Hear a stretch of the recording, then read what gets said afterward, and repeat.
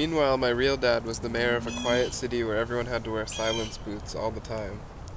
He had made the law because the city was just getting so noisy, with everyone walking in so many directions at once and running into each other, and whenever anyone said anything, no one could tell who was talking, if they could even hear them, and they definitely couldn't understand when anyone was telling the truth. So everyone learned how to not hear anything. When my real dad got his brilliant idea and made the law about the boots, not everyone followed it at first, but some people did. They went downtown to City Hall to pick up the 2 clumps of moss that my real dad's government gave them for free, and they tied them onto the bottoms of their boots. When they walked, they barely made a sound. People who were still being loud felt stupid after a while, so they got silence boots too, and then everything was silent, and every day the people walked just as much as they always did, and got as much stuff done, except it was so quiet that it wasn't so annoying to do it anymore.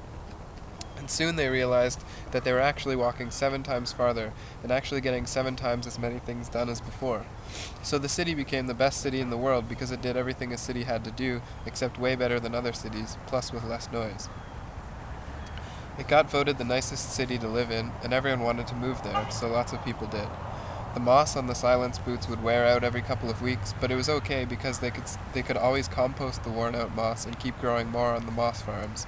And decades later, the council voted yes when my real dad proposed to pave the streets with moss instead of pavement, and replace the floors and buildings with moss. The glass skyscrapers, the parking lots, the fire station, the old theater and the chandelier, the houses, the grocery stores, the pizzerias, the zoo, everything would be moss. It was an exciting and record-breaking day when the world's best city got mossed over, and all the streets and buildings shined when the sun hit them like they were actually paved with emeralds. But when the news reporters whispered questions to my dad to ask him how he felt about it all, he didn't say anything. They showed him that night on the news, being quiet and smiling, and everyone realized that instead of talking, my real dad was listening. Eventually, the entire planet decided to live in my real dad's mossy city, and the city got really big and expanded to all the continents, but it didn't get any louder. It somehow got even more quiet the more people moved in, and the farther the moss creeped. And every day was so silent that people actually believed they could hear a microscopic noise, which was the soft crackling of all the burning stars billions of light years away. Some people thought that was impossible, and the soft noise was just the quiet rubbing of all the boots on the moss. Other people thought that both were probably true.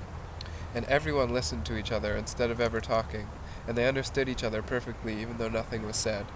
They knew where everyone was going, and they didn't get in each other's way so much, and even when they did, they just smiled about it. And they knew how everyone was feeling, which was usually quiet and happy, and even when they were sad, it didn't last forever. And they heard the answers to all their questions rushing gently at them one at a time, like the noise of each star.